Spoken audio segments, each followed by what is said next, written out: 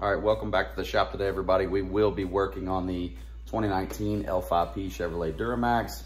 No, we're not gonna be doing any performance upgrades, but we will be working on something that drives me crazy. The inner fender liners. Now, I did this upgrade on a previous truck of mine. Let's get right into it. Let me show you how it's done. Okay, one thing that General Motors has been doing for many years is their inner fender liners, for whatever reason. If you guys, let me see if I can get you guys some good lighting here. They are cloth, like a fuzzy cloth, like your grandma's rug. I don't know why they do this. Me personally, I absolutely hate it. Collects every bit of road grime, debris, twigs, leaves, no matter what it is. It's literally like Velcro. I don't know if you guys can see, but it's literally like Velcro. Everything attaches to it. Every bit of dirt attaches to it. It's a total pain to wash. So we're gonna replace that today. We're not gonna be taking this out. We're actually gonna be covering over it. There's a product from Rough Country that they actually make. And not only the inner fender liners there, but the entire frame rail. This truck is a 2019, so it's in great shape. The entire frame rail there is left open to the elements if you don't have your fifth wheel attachment there bolted in. The cross tubes there are completely exposed for those of you who live up north, Michigan, Indiana, Ohio, etc. And the last truck I had was a 1500 GMC Sierra, and this area was completely rusted out. So I took and completely redid that truck, the entire frame, etc. But there are all those openings that collect every bit of salt, road grime, etc. And in harsh, for example, Michigan winters, it sits inside of that frame rail, and what does it do? It rusts out. So let's show you a good way to protect that. All right, everybody, so this is a product from Rough Country. It's their inner fender liner kit. I actually bought this product from Rough Country. Very inexpensive option if you want to protect those frame rails and get rid of those, get rid of that carpet. These things are 89 bucks for a pair, so you can get the rear, left hand and right hand, driver and passenger side for $89. And what is it? Slick plastic. Makes it much easier when you wash the truck. You can just, if you take it to a car wash or whatever you do, I personally wash mine at home, you just spray it right out. You don't have to get up in there with a scrub brush and scrub all that crap out of the carpet, or the Velcro, should I say. These make it really nice. Like I said, I did have this upgrade on my last pickup truck, and it was one of the least expensive absolute favorites that I did to the entire build. So let's get into some tools that we're gonna need to swap these into our new truck. Okay, everybody, this is everything I think we're gonna need to do it. We might run into some other tools that we need along the way. If we do, I'll let you know. But you're gonna need a 1/4-inch ratchet. Unless you have a power tool, I'm gonna be using a power tool. But if you don't have access to power tools, no need to worry. A small 1/4-inch ratchet will work. This actually takes a T15, see, a T15 Torx head to get rid of the factory fasteners, very small. I'm gonna be using a 1/4 to 1/4 adapter and this little Milwaukee impact here. You will need some zip ties, and the only reason you'll need some zip ties is actually cut the zip ties that come on the inner fenders from Rough Country. I may need these, I'm not 100% sure. I keep a bunch of extra spare fasteners laying around from old projects. Picked up some Autex fastener kit, not exactly sure how you pronounce that. Pretty sure I bought these on Amazon a long time ago. I've got probably 10 packs of them. And you all gonna need a magnetic screw bin tray. This will hold all your fasteners that we take out of the back of the truck, so that way we don't lose anything. So the very first thing you're gonna do is you're actually gonna separate these inner fender liners. You're just gonna do that by snipping the zip ties that they send from Rough Country. Couple different spare on here.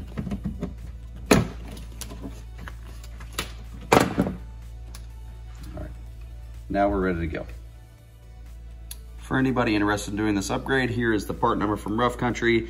It does say rear wheel inner liner, 15 through 17. Now this is a 19. Did advertise on their website that this would fit a 2019.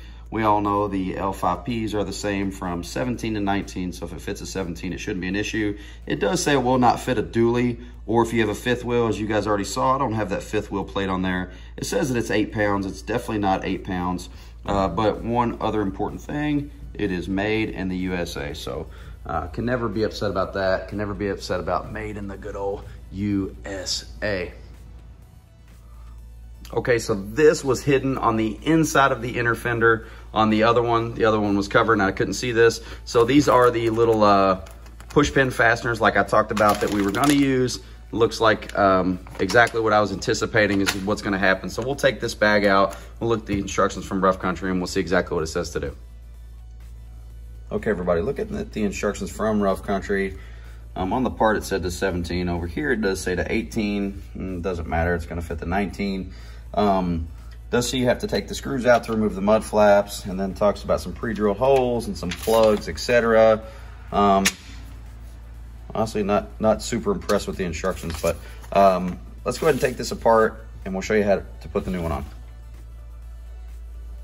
Okay, so one other little tool I think might be handy is a little 1/4 inch swivel or universal joint. Probably gonna be attaching to this. We do have to take off this factory mud flap here. It looks like it only has 3 Torx 15 screws holding it on, so let's take it out.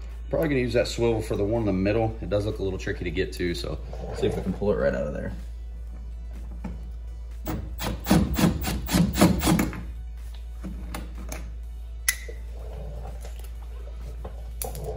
One other thing I did think was funny was this is a magnetic screw tray. I'm assuming it's because the belt's in the radials, but it actually sticks right to the tire.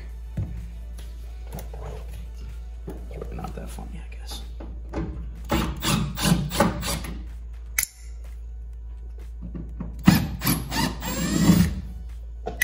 All those are the same size. Oh, there's one more right here. 4th one. So 4 of those. You'll be able to pull your factory mud flap off.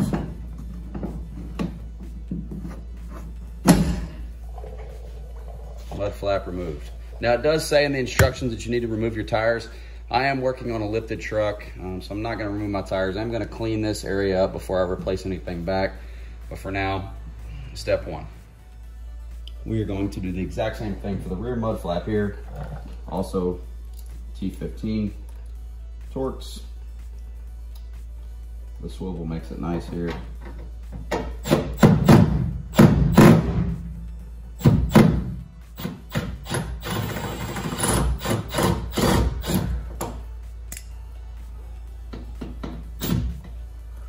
Helps if I keep it in.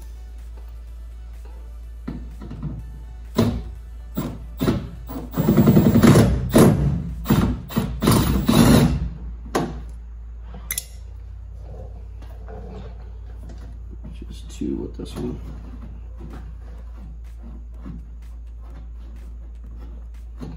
Okay, so something I just noticed. There's 2 T15 Torx. There's also, I'll be able to get under here and show you guys. Oh, camera failed. Big fail. There's 2 large push pins here and here. We're gonna need to remove those to get this off. Let me show you guys how to do that. Okay, there were a couple little white clips under here. I'll actually show you guys that, but we will be needing another tool, just a panel puller remover. We're gonna take this Christmas tree out here and this Christmas tree out here. You should just be able to carefully get between that and the body. And then that's what you're left with there. So we'll get all this stuff cleaned up. Oh, here were those Christmas trees I was talking about. Looks like they actually just slide in this way. There's some little slots in the back of this. So these will just actually put on here, hook in that way, and we'll show you that when we reinstall it. All clean and shiny. So there's actually 13 of these on this factory inner fender liner. They're all over the place. There's multiple ones. On this new inner fender liner, there's not that many holes. You have 1, 2, 3, 4, 5, 6, 7, 8. You have 9. So you got 9 holes on the factory inner fender. I believe there's 13 on this one. You're actually not going to be needing to take all these out. So I will show you the ones you do need to take out. You will have to take out this one, obviously, for the mud flap, this one and this one. Also for the, or no, not for the mud flap. This one here. You will have to take out, there's 2 in the upper corner here. 1, 2. You'll have to take those out. And then you'll have to take out this one. You'll leave this one here. You'll take this one out. Then you have to take this one out. So you only have to actually remove 5 of these screws, excluding the ones for the mud flaps. So let's get into the install. Let's take some screws out.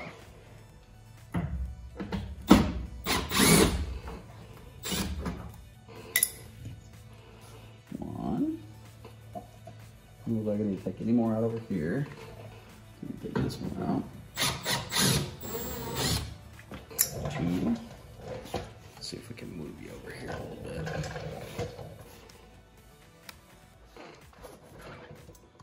Maybe if I can not be in the way.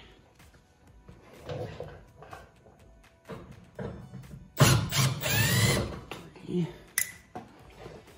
4,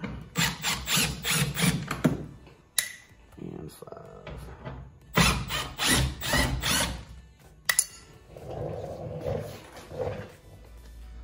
I'll tell you one thing it doesn't say in the instructions. Is you gotta take that thing out. Maybe you don't have to. I tried and tried. I should have videotaped it, I didn't. I'll put the next one on time lapse. I don't have any of the factory screws in. I just got this thing in. I tried and tried and tried and tried and tried to fit it with the existing Grandma's Velcro in it. And it would not, I couldn't get it to fit. I kept having fitment issues up here around the lip. Could not get that thing seated with the old piece of carpet in it. So all in all, looks like the factory hardware lines up pretty good. You know, you can see your screw holes there. So I'm not gonna be reusing their push pins that they gave me. Looks like I'm gonna be able to reuse those factory T15 Torx. So let's get this thing back together and I'll do a time lapse of the next one, me actually taking the carpet flap out, but I fought with it and fought with it and fought with it. I could not get it to stay in. So all in all, it's looking pretty decent so far. We're gonna tighten up the 4 bolts for the front mud flap. I have got them all hand started. Get this bit on there.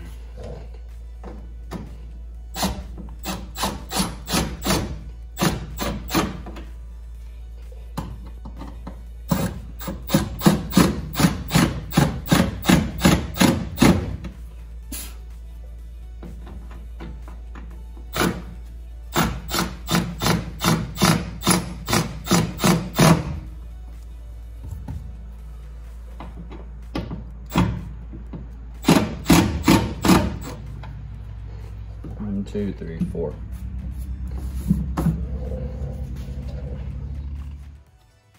Okay, we are going to reinstall this rear mud flap here. Once again, make sure you do clean this so when you put it back on, everything's nice and clean in there.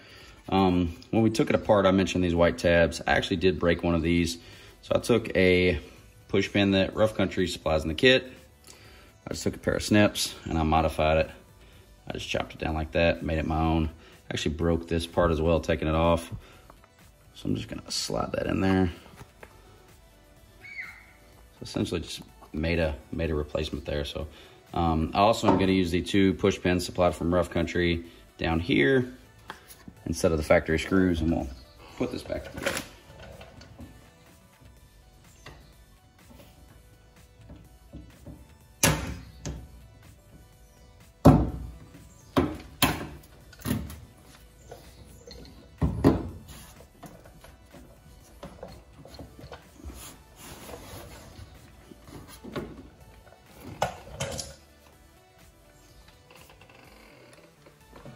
We will have to put these screws in right here, and then this mud flap will be installed.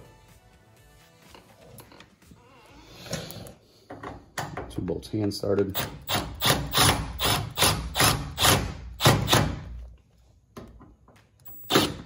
Oops.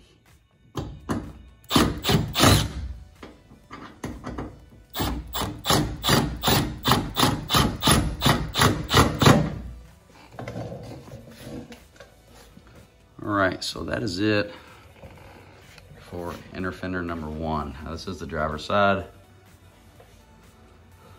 Look at that, get all that protection right there. No more open frame rail. Nice and smooth finish, easy to wash. I'll time lapse the other one, but what an awesome upgrade for not a lot of money. Anybody can do this, you don't have to be a pro. And I think it makes the back of the truck look way cleaner, in my personal opinion.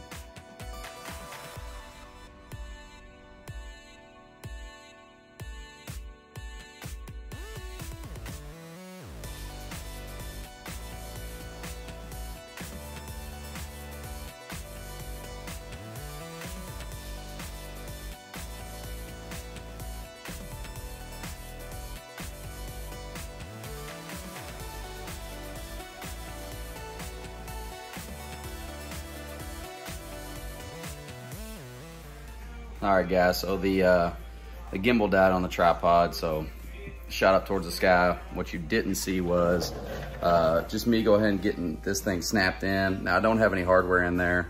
I will try to time lapse putting the rest of the fasteners in, and then that's pretty much it.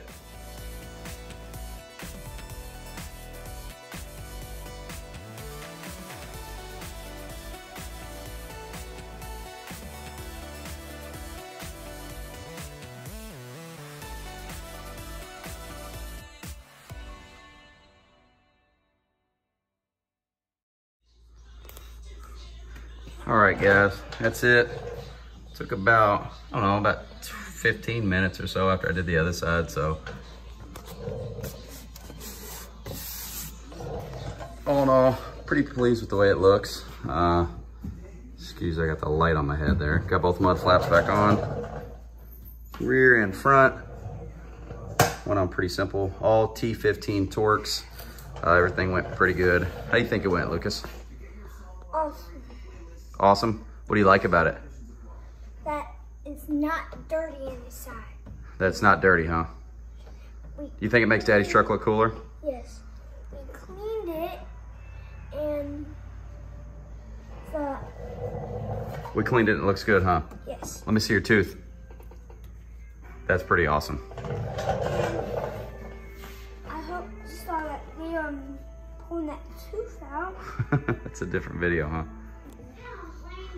Also, when my gimbal died, I set up a bristle brush and I set the phone down inside of the bristle brush and held it like that. So that's how we were able to film this one on a tripod. So it was nice and steady for you guys. But all right, that wraps up the Rough Country rear inner fender liner upgrade for I believe it's a 2015 to 2019 L5P Duramax. It doesn't have to be a Duramax, it can be just a regular 2500 gas. Not sure about the 1500s, but it does fit the 2500s. They do have them for 1500s as well.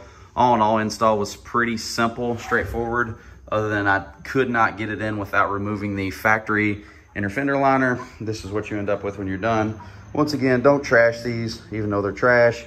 I always just save my spare parts. I know you guys heard me say that a million times, but all in all, great install for Rough Country. One of my absolute favorite upgrades for under $100.